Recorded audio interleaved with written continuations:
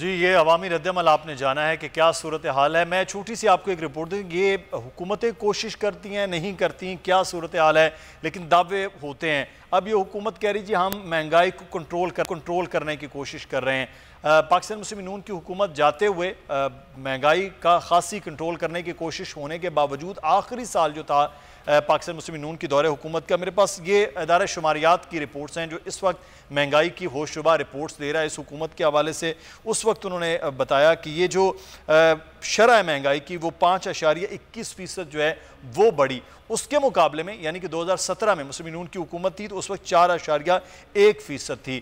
تو تقریباً اتنا اضافہ ایک سال میں اس دور میں بھی 2018 کے دور میں بھی یہ اتنا ہوا, جس میں کیونکہ عام چیزیں کھانے پینے کی ہوتی ہیں اس پر زیادہ فوکس ہوتا ہے, تو ان میں تمام کی تمام اشیاء میں وہ 10 سے لے کر 20 اور 25 اور 46% تک اضافہ ہوا ہے.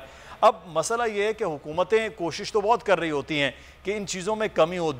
رپورٹ کے مطابق دو چیزیں جو ہیں وہ یہ ہوتا ہے کہ انٹرنیشنل مارکیٹ میں چیزیں کنٹرول ہیں, لیکن اس کے باوجود حکومت کوشش کر رہی ہے عام کھلی مارکیٹ کے اندر وہ چیزیں کنٹرول نہیں ہو پا رہی ہے. 2017 میں میاں شہباز شریف صاحب جیسے ایڈمنسٹریٹر کے ہوتے ہوئے بھی ہوا, 18 تک بھی یہ چیزیں ہوتی رہیں, 15 میں بھی یہ رپورٹس آتی رہیں, لیکن اس کے باوجود یہ چیزیں نہیں. لیکن اب 2020 کی بات کریں تو ادارہ شماریات بتاتا ہے کہ 2020 سال جو ہے وہ 10 سالوں میں بلند ترین مہنگائی کی شرح کا اضافہ ہوا ہے. ہم اس پہ بات بھی کرتے ہیں, بصیر صاحب سے بھی بات کرتے ہیں, دوبارہ سے ہم ان سے رابطہ کرتے ہیں. رانا ارشد صاحب, میرا یہ سوال ہے کہ سر یہ مہنگائی تو گریجولی بڑھ رہی ہے, آپ اپنے ماشاءاللہ ابھی بھی جوان ہیں, لیکن میں آپ کو نوجوانی کے حوالے سے سر اس وقت گھی چینی کی قیمتیں کیا ہیں اور آج جہاں ہم کھڑے ہوئے ہیں وہاں کیا ہیں؟ تو یہ سر حکومتیں کہتی ہے تو گریجولی بڑھ رہی ہے, اب تو وہ کرے جہاں گروتھ ریٹ بڑھ رہا ہے تو اس لیے چیزیں باقی بھی بڑھ رہی ہے. ادارہ شماریات نے بتایا کہ کنزمپشن بڑھ گئی ہے, لوگوں کی قوت خرید بڑھ گئی ہے کہ وہ خریداری کر رہے ہیں اس کے باوجود. مدثر اقبال صاحب, آپ میرے چھوٹے بھائی, اللہ آپ کو عزت دے, میں آپ کی بھی تمام معاملات کو سمجھتا ہوں, ادارہ شماریات کو بھی میں دیکھتا ہوں. ایشو یہ ہے کہ شہباز شریف صاحب کے ساتھ میں کیبنٹ ممبر تھا, میں پنجاب اسمبلی کا چیف وپ تھا, تو ہم چیزوں کو دیکھتے تھے. جب ذمہ دار آتا تھا تو اس کے ایشو کو ٹیک اپ کر کے ڈیسیژن لیتے تھے. 10 سال میں مجھے بتا دیں کہ چینی جو ہے وہ 48 سے 51 اور 51 سے 52 روپے سے آگے نہیں, کہ ڈبل ریٹ نہیں ہوتے. آپ نے کہا نا کہ 2017 میں مہنگائی 4.1 تھی اور 2018 میں وہ 5.21 ہو گئی. اگر 1%, لیکن ہماری حکومت کے آخری 6 ماہ آپ کو پتہ ہے کہ کیا کیا ہمارے ساتھ ہوتا رہا. ہمارے تو جو فنڈز کی ایلوکیشن تھی اس کو روک دیا گیا, اورنج ٹرین کے منصوبے کو روک دیا گیا. اس کے باوجود 5.8 گروتھ ریٹ تھا, اور یہاں آپ دیکھیں کہ 2019 میں کیا تھا 1.9, جب کووڈ نہیں تھا, اس کے بعد کووڈ آتا ہے. اس لیے میں عرض کرنا چاہتا ہوں کہ آج غریب پریشان ہے. تمام گورنمنٹ اور پرائیویٹ یونیورسٹیز کی فیسز ڈبل ہو چکی ہیں. اس کا ذمہ دار کوئی اور ہے نہیں, موجودہ حکومت ہے. اور آپ پھر یہ دیکھ لیں کہ جناب وزیر اعظم صاحب سے لے کر تمام وزراء کی تنخواہیں بڑھ گئی, سب نے نئی گاڑیاں خرید لیں, اور پھر جو خود عمران خان صاحب کہتے تھے کہ 20 وزیر ہوں گے, اب 50 کے قریب اسپیشل اسسٹنٹ اور وزراء پہنچ چکے ہیں. جب ہیلی کاپٹر پر وزیر اعظم سفر کریں گے, اور پھر میں عرض کروں گا کہ یہ جو شہباز شریف صاحب نے غریب طلباء یا مستحق طلباء یا ٹیلنٹڈ سٹوڈنٹس کے لیے جو ڈیجیٹل لائبریریاں بنائی تھی, یہ قذافی اسٹیڈیم میں بنی ہوئی تھی, اور اس کو 2 ہفتہ پہلے خاتون اول نے جا کر سب کو چینج کر کے وہاں میں سمجھتا ہوں نئی تختی لگا دی ہے اپنی. میں سمجھتا ہوں کہ منصوبے نئے بنائیں, ہمیں خوشی ہوگی.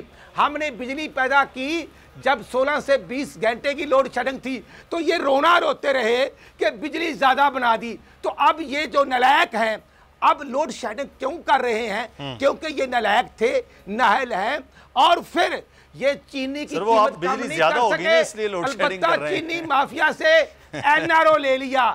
چینی مافیا سے نیازی صاحب نے قومی بجٹ پاس کرنے اور صبح پنجاب کا بجٹ پاس کرنے کے لیے انہوں سے NRO لے لیا.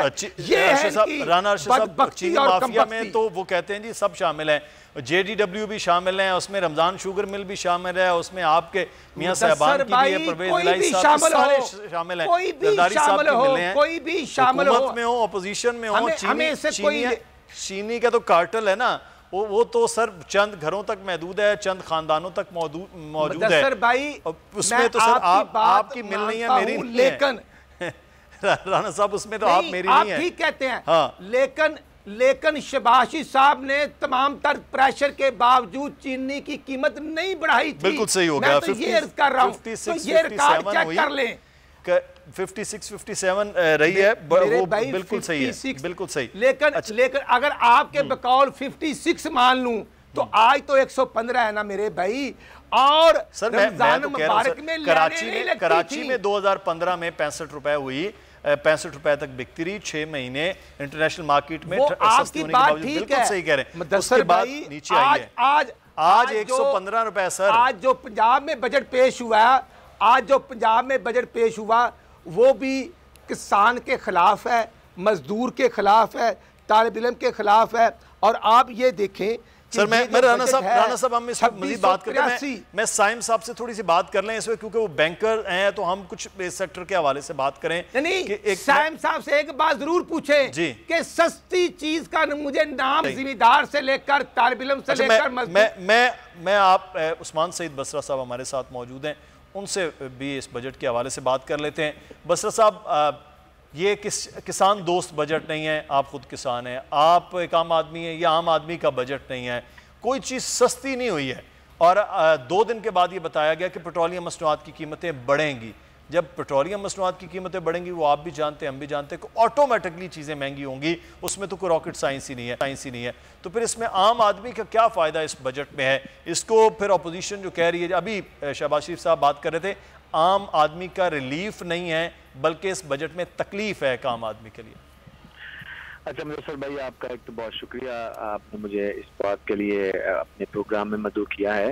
دیکھیے, میں تو کہوں گا سبسٹینشل گفتگو, یہ چیخو پکار وہ کرے جس نے بجٹ پڑھا ہوا ہے. پہلی بات تو یہ ہے کہ مرکز میں جب وفاق کے اندر ہم نے بجٹ پیش کیا تو متحدہ اپوزیشن برائے تحفظ بدعنوانی نے وہ تو بجٹ ڈاکومنٹ پڑھا ہی نہیں, ابھی پڑھا ہی نہیں, تقریر سنی ہی نہیں, اور کہا ہم نے ریجیکٹ کر دیا. یہی حال اس کا ریپلیکا ہے آج جو آپ کے اسٹوڈیو میں یہاں پہ چیخو پکار ہو رہی ہے. دیکھیے, میں آپ کے ساتھ اعداد و شمار سے بات رکھتا ہوں. جب ہم کہتے ہیں کہ بجٹ جو ہے ہمارا ڈے ٹو ڈے روٹین کو ڈیل نہیں کرتا, بجٹ ہمارے 1 سال کا حکومت کا جو نظریہ ہے, معاشی نظریہ, اس کی جھلک آپ کو پیش کرتا ہے. جب ہم کہتے ہیں کہ یہ عام آدمی کا بجٹ ہے تو ہم اس لیے کہتے ہیں کہ ہم نے مرکز میں ود ہولڈنگ ٹیکس میں 40% کی چھوٹ دی ہے. جب ہم کہتے ہیں یہ عام آدمی کا بجٹ ہے تو ہم نے عام کسان کو, ہر کسان کو 1.5 لاکھ روپیہ ایک فصل کے اوپر بلا سود قرضے کا اعلان کیا ہے. جب ہم کہتے ہیں یہ عوام دوست ہیں, مزدور کی دوستی کا ہاتھ اس نے تھاما ہوا ہے, اس کی زندگی میں بہتری لا رہا ہے. جب ہم نے کہا کہ 15,000 سے 17,000 روپیہ منیمم ویج بھی عمران خان نے کی, 17,000 سے اب 20,000 روپیہ مہینہ کی ویج بھی عمران خان نے کر کے مزدور کے ساتھ کھڑا ہونے کا ثبوت دیا. جب یہ کسان کی دوستی کا بجٹ ہے, یہ پاکستان کی زراعت کو ریوائیو کرے گا, تو ہم کہتے ہیں کہ اصل میں پڑھ لیجئے, خدا کے لیے پڑھ لیجئے, اندھی اپوزیشن مت کیجئے. اگر آپ پڑھ کے ہم سے بات کریں گے, ہم نے 2 لاکھ روپیہ کسانوں کو دینے کا بلا سود اعلان کیا ہے مشینری خریدنے کے لیے. اس لیے ہم کہتے ہیں یہ کسان دوست بجٹ ہے.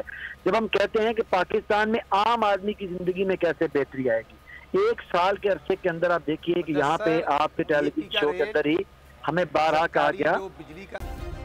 سبسکرائب کریں اور بیل دبائیں تاکہ کوئی خبر رہ نہ جائے.